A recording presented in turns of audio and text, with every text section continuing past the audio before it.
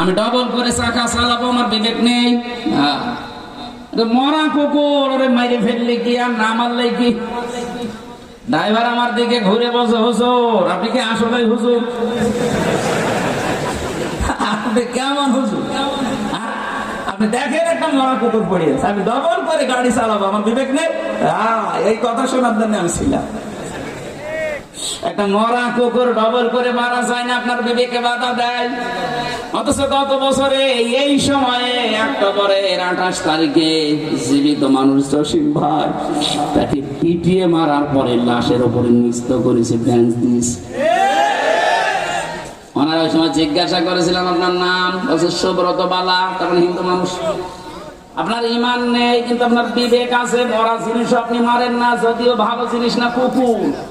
কি পৃথিবীর নিকৃষ্ট দুইটা জীবের ভেতরে একটা কুকুর।